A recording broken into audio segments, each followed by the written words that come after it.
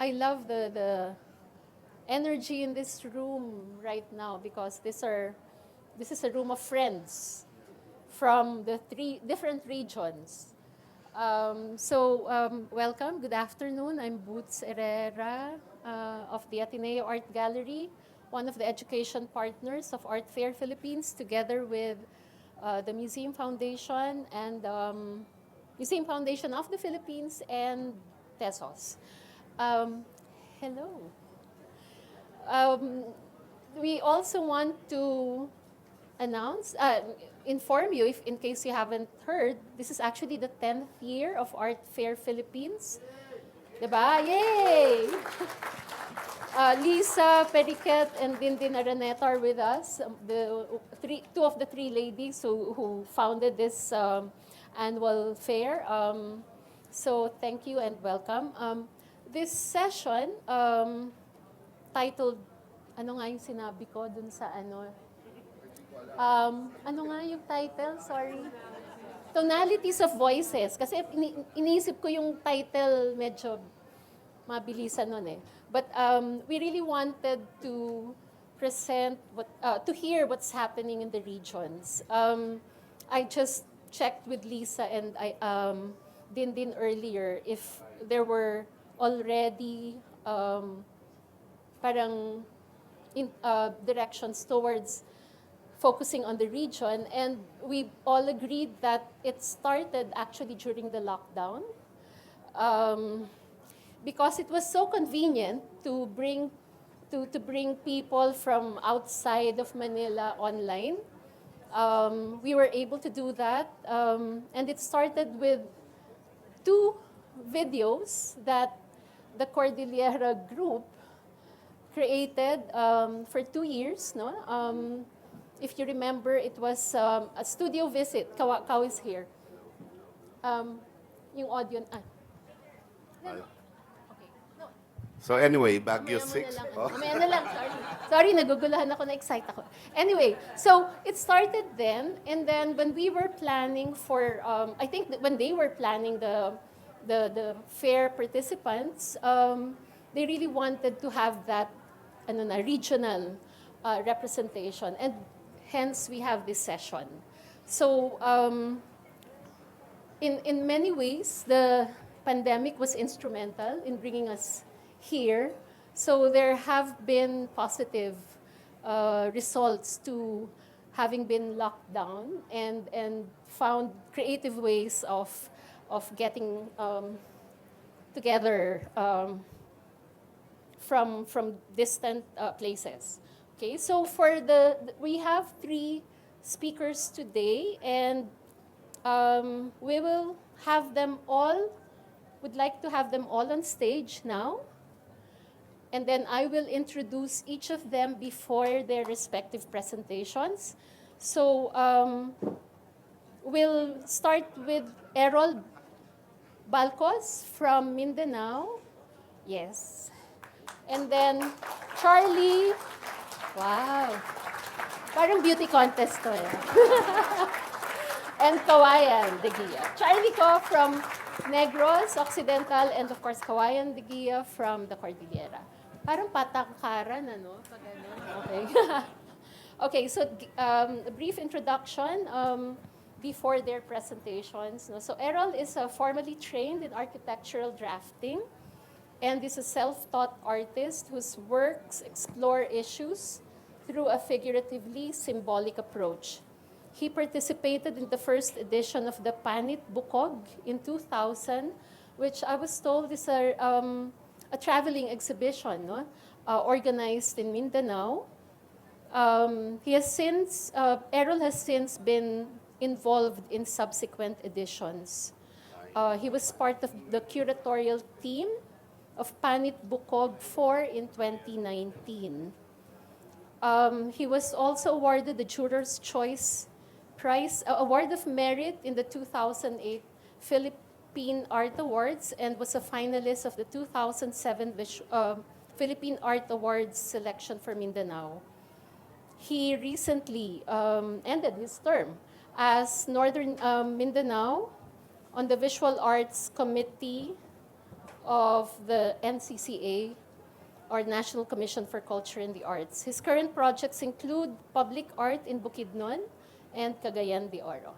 Sige, Errol, please, you can start with your presentation. Thank you po. Saan ba?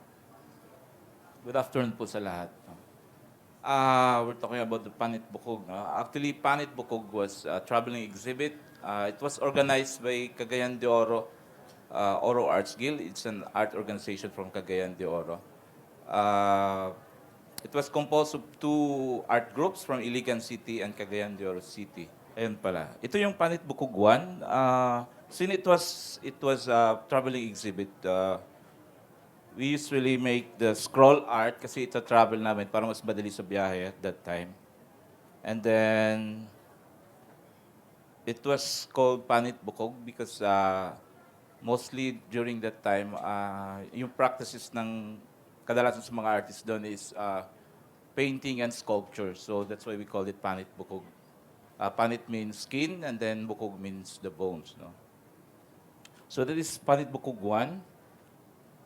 And then we have the Panit Bukog 2. This is happening in 3 cities already, from Cagayan de Oro, Iligan, and then Davao.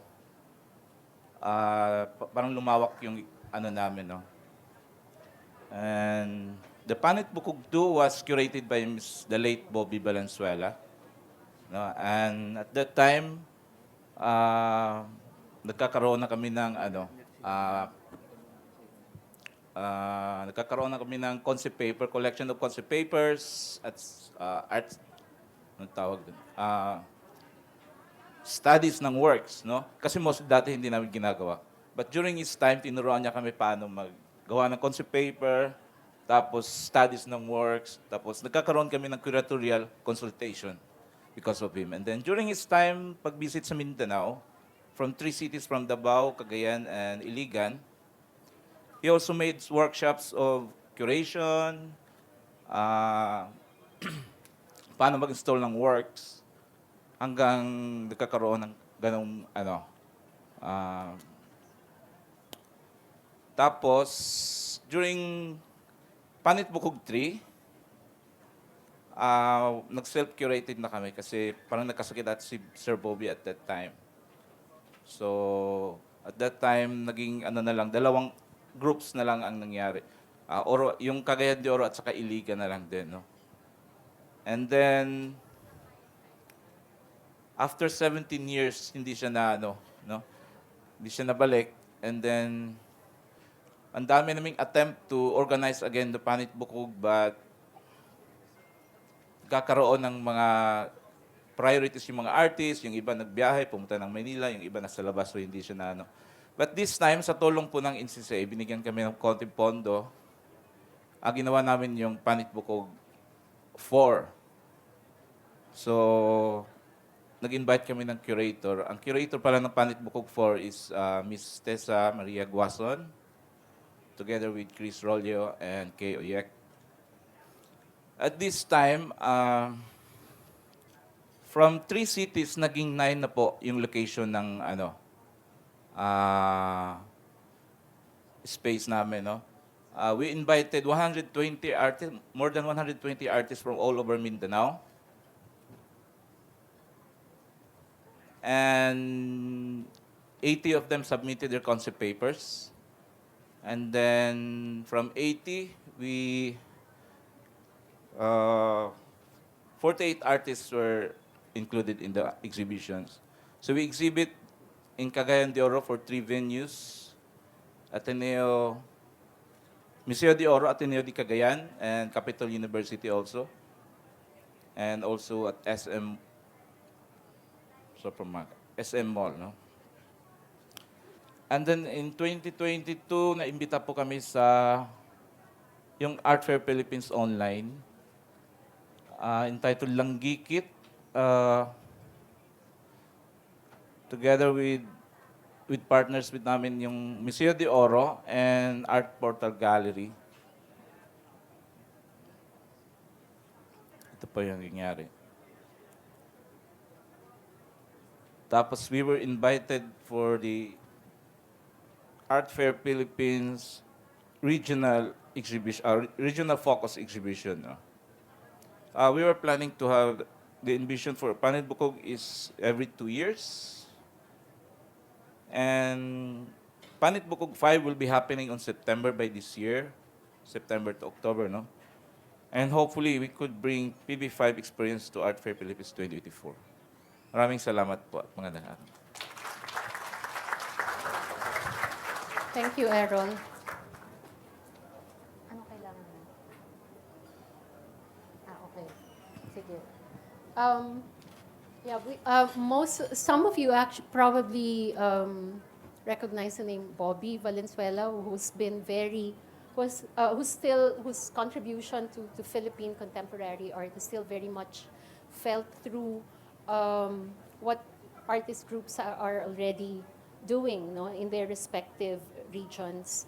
So our next presenter, on behalf of the Visayas region, is Charlie Ko.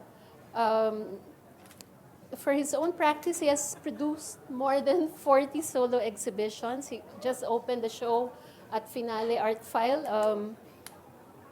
and he has presented internationally in Australia, China, Hong Kong, and Singapore. He was awarded the 13 Artists Award in 1990 and the Jose Rizal Award for Excellence in 2007. He has represented the Philippines in important regional survey exhibitions, including Brazil, Sao Paulo Biennale 1996 and the Asia Pacific Triennale in Australia in 1996 as well. Our Charlie's practice has remained deeply rooted to his home of Bacolod, where he runs and co-owns, together with Ben Lopwe, who's here, co-manage the Orange Project, supporting emerging Visayan talent. Co was pivotal in establishing Viva XCon, or the Visayan Visual Art Exhibit and Conference, in 1990 and is currently the longest-running biennial in the Philippines. His multidisciplinary and socially alert works range from vibrant symbol-loaded paintings to pieces of clay and modeling paste and mixed media. Charlie? Thank you. Hello. May hapon sa tanan. Well, it's we run. The story of Orange is quite unique. Bong and I met just in a gas station. Said, let's put up a gallery. That's how simple we started. So it was 2009. 2009, our main goal from that day one to now is still the same. Maybe let's just roll the video and tell you the story later. Sige.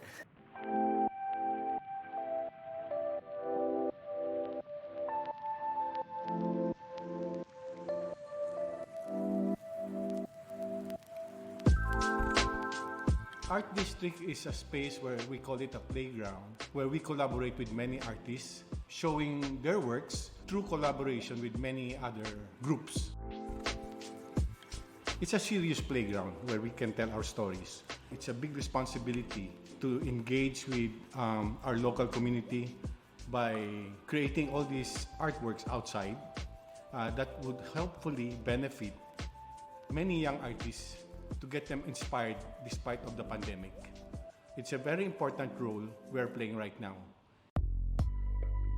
Before Art District, it was Orange Project, Orange Gallery. Art District started 2010, 2011. So it's almost 9 years now. 9 years of navigating the landscape.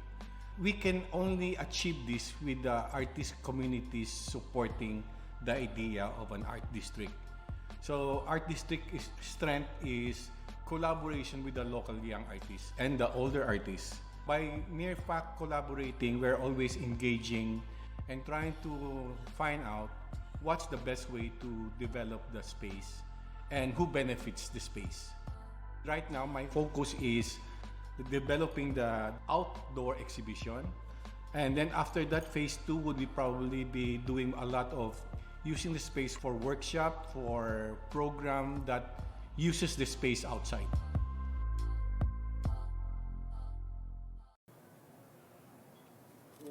Okay. Ayun, that's how we develop the space.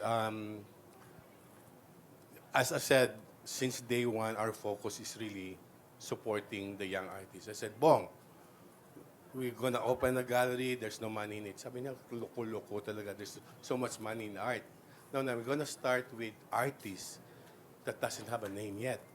We're gonna really support them. From day one to now, our focus is still the same. Parang it's like, Orange is like a portal for us to give opportunity for artists, no? And, your excuse. And, yeah, and it's the word tangible contribution. Yeah, it's a constant. It's always a constant struggle and how to sustain things, and how to tell the story of our artists. You know, it's very important.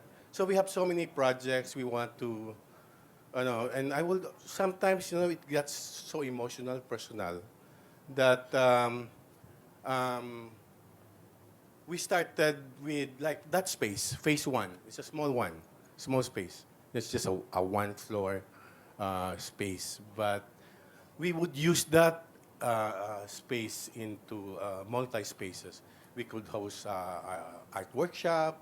We only have one space because at that time we don't have the space in Bacolod. We only have a very small space, and we would exhibit on on hotels lobby and this. Parang naman, nakakalungkot naman. So here come Bong and passed by this in Mandalagan, his building. I said, no. At that time, I was always thinking, wow, I hope that's a building where we can put a gallery. That was just my dream. And we're able to see each other. And then, parang the same din yung concept niya, yung idea of, let's give a space for our local artists. Para naman, we can give them, we can set up works that can be really respected naman. So we did that. So phase two naman is quite personal for me. I had my kidney transplant. So I said, I have some extra money, Yeah, that's very personal. Yeah, but it's part of the story. I said, Bong, I want to celebrate life. I think it's, as Bobby said, you take care of your art and art will take care of you. And I realized that later on. So everything, I spent money, but my art was able to pay things. So that's not impossible. So I said, well, let's celebrate life. I have a bigger space, phase two. So phase two timing, that was like February. I was able to go back to Bacolod, February, March, I think. And then that same year, we're celebrating Viva in Bacolod. So this is a more medium-sized space, but we are celebrating that space. And then the third phase, here comes Bong. I said, what are you doing? I'm in the coffee shop. I have some idea. So this third phase was in front of us. It's a parking space. And I said, yeah, okay, so what do you want? And I said, no. He plans this. I said, okay. Can you give me a bond paper, please? And then he tried to make the drawing. I was telling him, fantastic, But here's my card, Bong. I don't have money. I said, no problem, Charlie. Let's do it. I said, this guy is magic. Magic si Bong. Sabi ko, sige, let's go. But again, looking back, sabi ko na, hindi ba? With this, it's already like maybe, 10 years, Bong? Second phase. Sabi ko, I could always say, tama na yan, pagod na ako. Let's build that building and then make it commercial. But sometimes, yeah, why not? So he built it. So we have the biggest space now. So we have even from phase one to phase two, phase three, the idea is the local has a home. That's quite important. There's a home for artists. Like even Charlie Cowanco, that time was a very close friend of mine. So Charlie, what you're doing, nagkakilala yung mga local artists. And that's important. I said, wow, that's true. No, that's true. So we were able to collaborate with Charlie. Then said he opened up Nova Gallery. No? So parang artist from Bacolod goes to Manila, goes to his gallery and promote our local artists. Same concept. So during this one is during pandemic, no? So during pandemic, now you see in the dark times when you see the human part of the good part, human part of yung tao, humanity. So we said, okay, this one. So okay, pandemic, we don't know what's going to happen. Let's look at the bank account. Oh, we have 150,000 pesos. Bong, can we go to the grocery and buy all these groceries for our artists? So this would, I never paid 150,000 pesos in the grocery store. No, so we were able to give 40 artist families with the food through our art. Then later on, we created Art Hills. Art Hill is about a fundraising for the community in Silay. So we were able to share that also. So with this one, and all these artists, sila Roderick and all these artists who were helping me, sabi ko, tama na yan. We don't know what's gonna happen. You have children, may mga anak kayo, baka tatamaan kayo. So we were able to slow down the agenda later. So Art Hills were able to support and look at the ecosystem, that it's not only painters but also musicians, filmmakers, and all the artists around Art District. Now you tend to be more aware of what can we as artists can do to our community. So it's quite important now. They become like a frontliner. They would go to and then they would give food and share our Art Hills with fundraise Art Hills for to support even that one. Malu Perez was very intensely supporting these stray dogs. So we were able to fund maybe 30,000 worth of food for the dogs. So even the dogs, when we pass by Art District, say, "Thank you, sir." They would say, "Meow," So, okay, so sabi ko, so everybody has to do its part, I think. It's quite important na now you can realize that the artists are not just in their own towers, and then they don't get involved with the community. We're trying to change that, in our own way. So we're changing things. So it's fun, So this is Art Hills, and then next is where's the next video? Archenda. Well, of course, with the big heart of Dedes, she gave us support, and we were able to create this tent.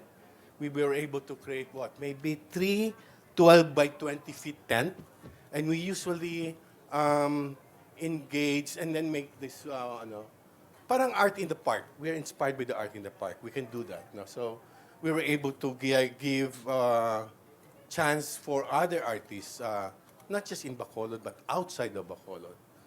That's the last two Archenda we did was really seeing artists outside of Bacolod, from Sagay to Sipalay to we're trying to get more data on artists para we can give more opportunity by getting data on these artists that are very gifted and talented, but wala sila eh. And we love to hear the small voices. Sabi ko nga, the important things now, I have the microphone, no? So I was telling Dede last night.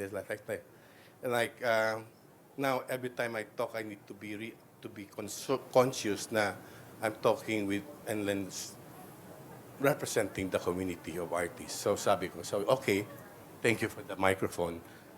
It's a long journey. It's a long journey. There's more journey to come. So it's Archenda, we do that. Before it's like twice a month. I said, I think I think we would probably do it quarterly. Quarterly, we can do that quarterly. So we have this, and then everybody knows how the Archie and I'm happy is that there were OGT working with us, and then I saw these young students that they were very interested. They said, okay, you organize. I'd like to empower the artists. You organize kayo, and then you have good ideas. You organize, you have all the energy pa. So they were organizing all this stuff, no? Setting up. The last agenda we have, an artist talk, and then we painted the wall. We were able to see more artists outside Bacolod. No? So artists are doing, we need to do something else. No? So this is what we're doing. So we're happy that we have a safe house. It's a small 30-seater, and then we were also getting involved because you have a history of Peki Galiaga. We have so many filmmakers. No, pandemic came. There's no filmmakers. So we were able to do that. You pay what, 150 pesos or something. But yeah, we were trying to get those filmmakers. No, don't give up, man. You can do this. You can do this. So it's the idea of really sharing. These are all local films. No, this was done by I think Candy of a tribute to Noni Alvarado, and we were able to fund it also. From there, there's fund. We would fund things that are quite important for us now. So we have this. Safe house. And also we have the residency program. This was a Spanish restaurant before. We turned it into an artist resident because we also wanted our local artists to be to engage new ideas. So we have Photomoto, we had the residency with Photomoto, I think, and then now this is the second. Now Bong is building a new one. This is more like two buildings for residency. It's more quieter in this area. Yun. Ano pa? Yeah. So this one, Korean Cycles Artist Residency Exchange, headed by Manny Montelibano. It's been going on with Gwangju artists for what? Almost, I think. Artists from Gwangju would come to Bacolod for a month, and then another group of artists goes to Gwangju for an exchange, and then would come up with an exhibition. So the sculpture that you see in the art district is, I think, one of the artists who did that now in Orange. So there's an exchange.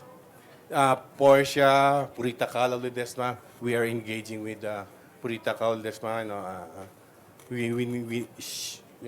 Portia would be interesting with staying in the residency. She goes out 24 hours. She meet all the artists.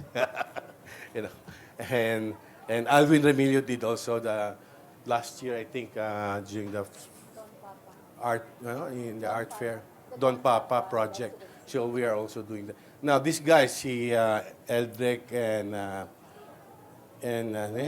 Jonathan, I think they're Ilonggo now. They're Ilonggo. They always look for Aidas Manukan, So what I want with the residency is about creating relationship. What is 1 month and a half? That's nothing. But conversation, telling stories, sharing stories goes a long way. Project becomes wider, longer. Because people would say, we can work with these guys. And we can work with you guys. And we will always try our best to make it professional, as I said. But it's a playground. It's still a playground. I don't want it to be too serious. Too serious, it gets bored. I mean, when we do things, me and Bong said that, like even the astronaut, I said, Bong, I'll put up an astronaut there. Sige, lagay mo nga. So we plan, we play. It's a playground.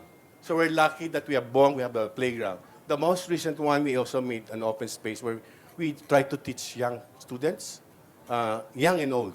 We're very open to ideas like that. And, workshops, ano pa? What else? Yeah, these are the things that we've been doing. We also made to the funds. We were able to put up a space up. We call it Orange Spill, where we can do. These are flying men. What we did when we had this image was in Dubai, so I was able to recreate again. But this time, each figure was designed by 2 artists. So this was installed in the government center in the government center. So it's like, each one has 2 artists. Yun. They're collaborating. I love to collaborate with all these young people. I get younger. I don't get old. Next, please. Vampire. Di ba? Vampire. Di ba? Yun. Sige, ano pa? Yan, those are the process. So, Mahika, that's the last exhibit we have. We have like 60 artists, collaboration, we have dance, we have film, we have, we get involved. I told the graffiti artist, can you paint not on that side, but on that side, on that space? So they created this huge graffiti art. So then this one, the Atomic Lab was also a collaboration, and this is part of Mahika, the House of John Doe. That's my work. It's a collaboration with Candy, with Neil, who has been doing all my sculptures now. So we have, that's our last project. Now we have 60 artists. This one, when you come, you have, we had more and more sculptures going around. Yeah. We have this beautiful dance on the opening. Next, please. And then, this one. This is Mahika. This is one done by the Korean artist. So the last one we did, Art Fair. Art Fair said, okay, thank you, Art Fair, for giving us 84 square meter. It's really a big chance for us to. I'm very proud to be all our young artists. The one representing now in the Art Fair. They're young and they have these ideas and they have this. So where's the old artists? It's at the back of the TV na lang kami, behind the scene. But yeah, we're happy. It's palang launching pad for future artists. I think that's quite important because we don't have to forget na it's not about me, it's about us. It is important. And I would say sometimes, you artists, we are all artists and we are also farmers. Why? Because we plant seed, we inspire, and we develop what we plant. So that's important. So yun, thank you. Thank you, Charlie. I didn't know yung mga aso sa Bacolod naging yaw. Sabi mo kasi kanina yaw. Okay. And well, we mentioned Ben. You've been mentioning Ben. Can we ask Ben Loque to stand? Because people are asking, sino ba yun? Please. Thank you. Yan ang partner in crime and art ni Charlie. So thank you, Charlie. And I think what has been done mentioned so far is really about skills building. And like what you said, creating a home for the local.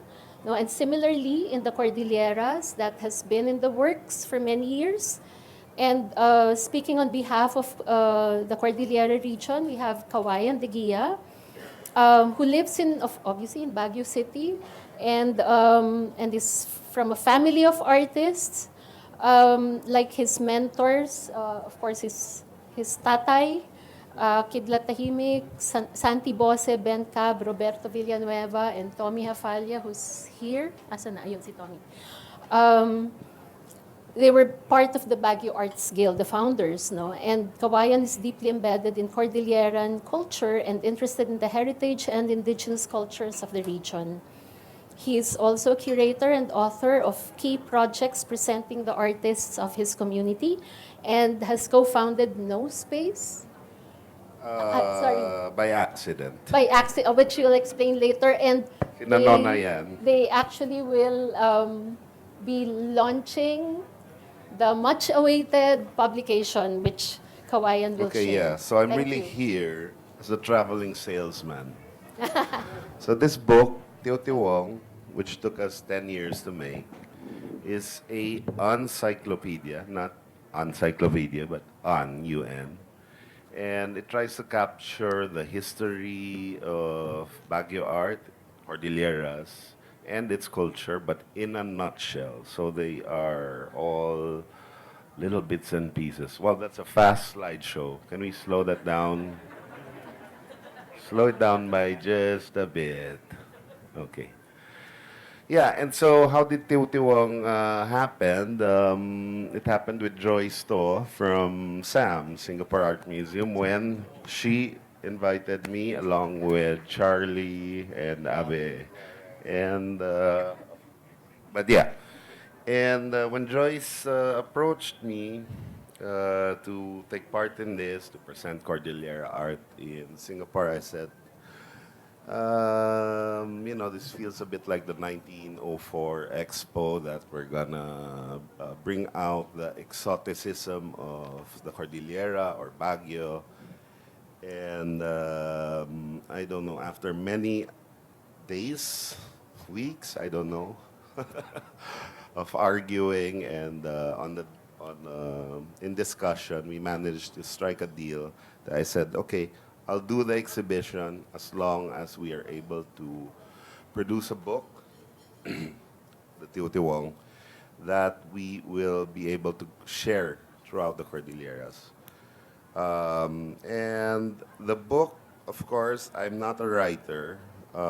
It's only possible because of Padma Perez, Alan Carino, Rocky Kahigan, and many, really many more. Where I think, I don't know, 100 contributors. But it's based on 13 key projects that were expounded in Singapore and so on. Now, back to Axis. Axis was trying to mimic the Baguio Arts Guild. The Baguio Arts Guild, which was a fun place to artists could get together. It wasn't my generation. I was a kid. I was watching them jam. I was a kid too. You were a kid too? Yeah. Okay, good to know. Okay. And so Axis started in 2011 with the idea of trying to weave in. At that time, I felt like there was no artist talk, there was no discussion. There was like, okay, you had the auction house, you had the gallery, you had this so-called provincial art, and then you had craftsmen there. They're all the way down there. I said, what if we put it all together right here on this table and talk about it? Different forms, not just painters, not just let's put the wood carver there with the blind weaver, and let's put in Nona too, and Freddy Achilisan and Perry Mamaril, and yeah, it was a party. What was it? 2 weeks. We were young, very stupid to organize. This is 4 days. We did it 12 days. So anyway, we all got sick after that.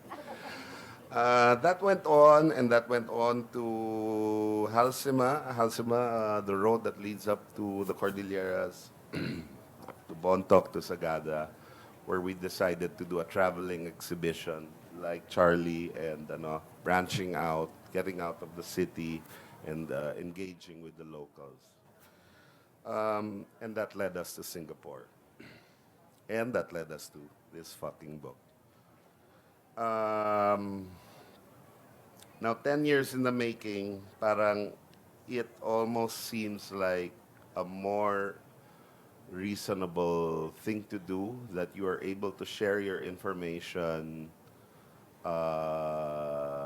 articulately and not just, I guess, a party. I think I got kind of too old for organizing art festivals.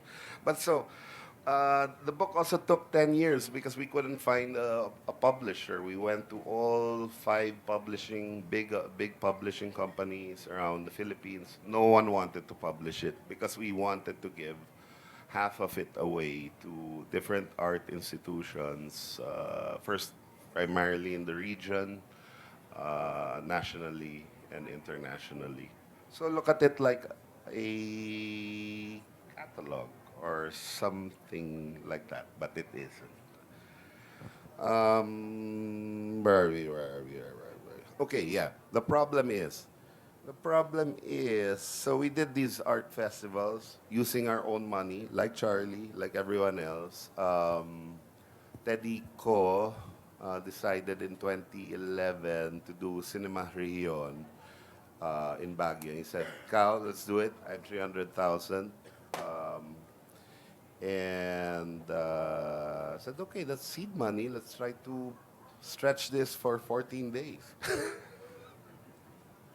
In the end, we're all friends here, right? And so it's a matter of calling, yo, you in? Come on, let's party. But the problem is when the city starts to hold on to the idea of producing an art festival. Maybe Bacolod is different, maybe Cagayan is different. But for Baguio, what is happening, it becomes like a Wow Philippines thing. So it becomes like a cultural bullshit, let me call it. Cultural bullshit. When, if you know the work of Roberto Villanueva or Santiago Bose or many, many others, you'll know that it is culture and it's not bullshit and it's not culture. It's not culture because he is doesn't have tattoos or whatever, you know. So this is, I think, a big problem, a dilemma that is happening all over the world or in I guess, under, what, third world ba? Yung tawag doon, ewan. Basta. So, yan yung parang, na parang yung artist, yung contemporary artist, na push aside.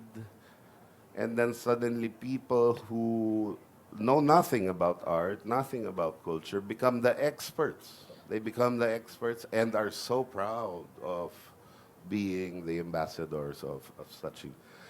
But everything here, ever since, was done on their own, without money, always with love. Di ba? So, what else do I have to say? No space. No space. No space was born because of Art Fair Philippines. The 2 years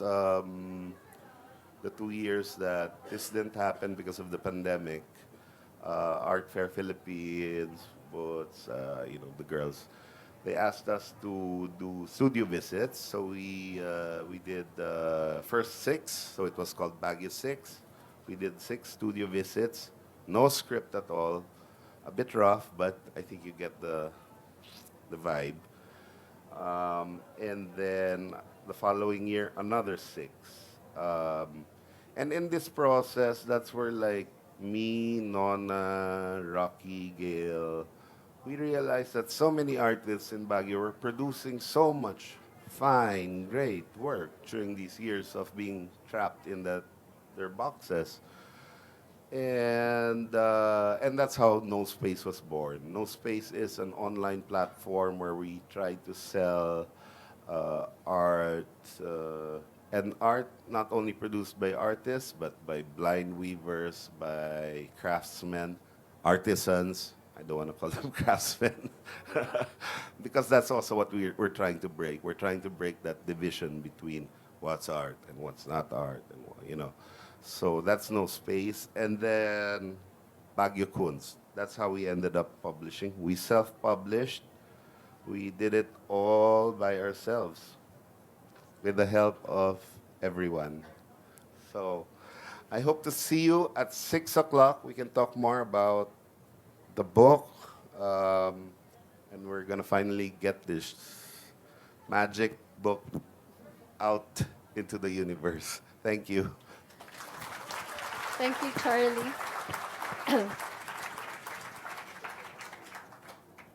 Yeah, so it's interesting how the support, parang sariling sikap talaga, no?